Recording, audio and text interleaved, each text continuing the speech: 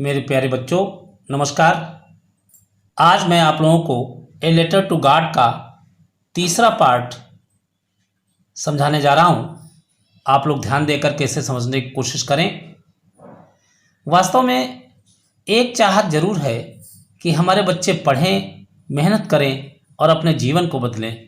इसी आशा के साथ, इसी विश्वास के साथ मैं वीडियो बनाया करता हूँ कि शायद हो सकता है हमारे इन वीडियोस से कुछ का ही भला हो जाए।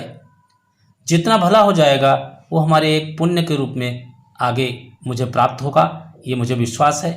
लेकिन अफसोस ये है कि हमारी इतनी मेहनत करने के बाद भी बेटा आपको नहीं पता नहीं कैसी परिस्थितियां होती होंगी जब ये वीडियो बनाए जाते हैं, किस किस प्रकार से किन किन परिस्थितियों में ये वीडियो बनाने पड़ते हैं, यह वही जानता है जो बना रहा होगा। बस आकांक्षा ये है कि हमारे बच्चे आगे बढ़ते चले जाएं, वे आसमान छुएं, ज्ञान में से लबालब हो जाएं। वास्तव में हमें तो कुछ भी नहीं आता, लेकिन फिर भी कोशिश करता रहता हूँ कि मैं अपने बच्चों को कुछ अच्छा सा दे पाऊँ। ये कोशिश करता रहता हूँ। चाहत ये रखता हूँ कि आप लोग हमारे वीडियो को पूरी तरह से देखें, फिर आपकी इच्छा, फिर बेटा आपका भाग्य। आपकी इच्छा करती है तो आप देखें, नहीं इच्छा करती बिल्कुल मत देखें। चाहें तो काट काट कर देखें, चाहें तो आपकी जैसी इच्छा हो वैसा आप करें, आप स्वतंत्र हैं। लेकिन मैं चाहता हूँ कि आपको कुछ मिले ज़रूर, ऐसा मेरा विश्वास है। हमारे इस वीडियो को देखने से ऐसा नहीं हो सकता कि आपको कुछ भी प्राप्त न हो। आपको देखना इस वीडियो का व्यर्थ चला जाए, ऐसा मैं नहीं मानता। बस एक अनुरोध कि सब्सक्राइब करने में आपका कुछ नहीं जाता, न तो आपका पैसा कटता है, न आपकी कोई प्रतिष्ठा समाप्त होती है। इसलिए कम से कम आप सब्सक्राइब ज़रूर करें ताकि हमारा प्रोत्साहन बढ़े, आपका प्रोत्साहन मिले और आप सब लोग ही हमारी ताकत हैं। इसी विश्वास के साथ आगे अपनी बात शुरू करता हूँ। कल तक आपने देखा था कि लेंचो पत्र लेकर गया और उसने एक लेटर बॉक्स में डाल दिया था। जो पत्र डाला उसके विषय में आगे बताया गया है, it was nothing less than a letter to God. यह ईश्वर के पत्र से थोड़ा सा भी कम नहीं था।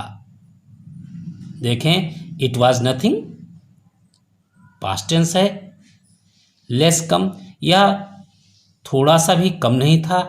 Then a letter to God, ईश्वर के पत्र से। देन मीन्स से, यहाँ लेस आया हुआ है और लेस एक कंपैरेटिव डिग्री है। और जब कंपैरेटिव डिग्री की हम बात करें तो स्वाभाविक है उसके पश्चात देन आता ही आता है कंपैरेटिव डिग्री के साथ, ऐसा अधिकतर होता है। अब लेस के विषय में अगर हम कह दें इसकी पॉजिटिव डिग्री क्या है तो आपको कठिनाई बेटा होगी। लेकिन याद रखो ये लिटिल का कंपैरेटिव फॉर्म में है डिग्री, ये लिटिल, लेस, लीस्ट। लेकिन ये 3 डिग्री तभी हो सकती हैं जब वह पदार्थ से संबंधित छोटेपन की बात करे। लेकिन ये आकार में यदि कोई छोटा है तो उसकी डिग्री चलती हैं लिटिल, लिटलर, लिटलेस्ट। आगे चलते हैं। गॉड ही रोट, उसने लिखा, पास्ट इंडेफिनिट है। जब भी अर्थ लिया जाएगा तो आइए या ताथा, तीथी, तेथे आदि लगाना पड़ता है। ही रोट, उसने लिखा, God, Ishwar, if you don't help me my family and I will go hungry this year. यहाँ पर इफ लगा हुआ है। इफ लगते ही हमारे दिमाग में कुछ ऐसा चलना चाहिए कहीं, क्योंकि यह ऐसा कंजक्शन है जो शर्त की बात रखता है। अर्थात यहाँ पर शर्त दी गई है, if you don't help me, यदि आप मेरी सहायता नहीं करेंगे, माई फैमिली, मेरा परिवार, and I will go hungry, और मैं इस वर्ष भूखा रहूँगा। वैसे तो देखा जाए, if you don't help me, यदि आप मेरी सहायता नहीं करते हैं, ये अर्थ होना चाहिए। लेकिन कंडीशनल सेंटेंस होने के कारण अर्थ निकलेगा यदि आप मेरी सहायता नहीं करेंगे तो मेरा परिवार और मैं इस वर्ष भूखा रह जाऊंगा। कंडीशनल सेंटेंस में अधिकतर एक पार्ट इफ वाला क्लॉज जो होता है वो प्रेजेंट इंडेफिनिट में और दूसरा फ्यूचर इंडेफिनिट में होता है। अगर पहला क्लॉज पास्ट इंडेफिनिट में हो तो दूसरा फ्यूचर पास्ट में होगा। आई नीड 100 पीसोज, मुझे 100 पीसोज की आवश्यकता है, प्रेजेंट इंडेफिनिट टेंस है। इन ऑर्डर टू एक फ्रेज है जो सबऑर्डिनेट कंजक्शन के रूप में प्रयोग किया जाता है। इसके पश्चात इन्फिनिटिव आना शुभ होता है, इसलिए टू सो माई फील्ड, मेरी जमीन को बोने के लिए, अगेन फिर से, एंड टू लिव और रहने के लिए, अनटिल द क्रॉप्स कम्स, जब तक कि फसल ना आ जाए। तो पूरा अर्थ एक बार देख लेते हैं। मेरे खेत को फिर से बोने के लिए तथा रहने के लिए जब तक फसल ना आ जाए मुझे 100 पीसोज की आवश्यकता है। बिकॉज, क्योंकि, द हेल स्टॉर्म, क्योंकि ओलों के तूफान ने, आगे कुछ कहना चाहता है, बहुत लिखा होगा इसलिए डैश डैश डैश लिखा। ही रोट, उसने लिखा, to God on the envelope, उसने इनवेलप पर, लिफाफे पर, टू गॉड लिखा। यहां ऑन एक प्रीपोजिशन है, जहां पर कोई चीज टच करती है और ऊपर होती है प्रायः ऑन वहां आया करता है। आगे देखते हैं, पुट द लेटर इनसाइड। अब इतना अगर भाग देखें पुट द लेटर इनसाइड, तो पुट देखा, पुट तो अपने आप में फर्स्ट फॉर्म भी है, सेकेंड फॉर्म भी है, थर्ड फॉर्म भी है। पुट पुट पुट तीनों फॉर्में सेम रहती हैं। अब ये सबसे पहले दी हुई है, इसका मतलब फर्स्ट फॉर्म ही होगी, सेकेंड फॉर्म भी हो सकती है, मैंने कहा तीनों फॉर्में हो सकती हैं। लेकिन जब शुरुआत की जाती है तो ये सेंटेंस अपने आप में ऐसा लगता है जैसे इंपरेटिव सेंटेंस हो। पुट द लेटर इनसाइड, अंदर अंदर पत्र रखो, लेकिन कामा लगा हुआ है, कामा से पहले ये सब्जेक्ट इसका ही है, यह इसके साथ लिया जाएगा, यह इसलिए ये सेंटेंस एफर्मेटिव है। अर्थ निकलेगा, ही पुट द लेटर इनसाइड, उसने पत्र अंदर रखा, एंड स्टिल ट्रबल्ड, और थोड़ा परेशान होते हुए, पीड़ित होते हुए, वेंट टू टाउन, शहर चला गया। यहां इनसाइड का अपोजिट कह दें तो outside. Eight the post office, यहां पर आया एट। एट एक प्रीपोजिशन है जो निकटता सूचक है, लेकिन यह किसी के ऊपर नहीं जाता। Look at the black board, black board की ओर देखो। या the train is coming at the platform, train platform पर आ रही है, अर्थात उसके पास में आ रही है, इसलिए ऐसे स्थलों पर एट का प्रयोग होता है। At the post office, post office में। ही प्लेस्ड अ स्टैम्प, उसने एक स्टैम्प, स्टैम्प मीन्स मोहर भी होता है, और स्टैम्प मीन्स टिकट, यहाँ अर्थ लिया गया है। उसने टिकट लगा दिया, ऑन द लेटर, पत्र के ऊपर, एंड ड्रॉप्ड, और इसे डाल दिया, इट, इन है यहाँ इट होना चाहिए, ड्रॉप्ड इट, इसे डाल दिया, into the mail box, mail box के अंदर, इसे लेटर बॉक्स के अंदर डाल दिया। इनटू लगा हुआ है, याद रखिए इन और इनटू में इतना डिफरेंस है कि इन सदैव स्थिर अवस्था के लिए आता है और इनटू आता है गतिमान अवस्था के लिए। जैसे he is coming into the room, he is sitting in the room. आगे देखें, वन ऑफ द एम्प्लॉइज, कर्मचारियों में से एक कर्मचारी, अर्थात एक कर्मचारी, हु वाज ए पोस्टमैन, जो एक पोस्टमैन था, डाकिया था, एंड आल्सो हेल्प्ड, और सहायता भी करता था, एट द पोस्ट ऑफिस में। वेंट टू हिज बॉस, अपने बॉस के पास गया, अपने अधिकारी के पास गया, अपने स्वामी के पास गया, लाफिंग हार्टली, हृदय से हंसता हुआ, खुलकर हंसता हुआ, ठहाके लगाता हुआ, एंड शोड हिम, और उसे दिखाया, द लेटर, पत्र, टू गॉड, ईश्वर का, ईश्वर के नाम पर पत्र दिखाया। Never in his career as a postman, postman के कैरियर, कार्यकाल में, यानी पोस्टमैन के अपने कार्यकाल में, never he had known that address, उसे इस एड्रेस का पता ही नहीं चल पाया था। एक चीज आप ध्यान दें, यहां पर आया हुआ है sentence had he known that address.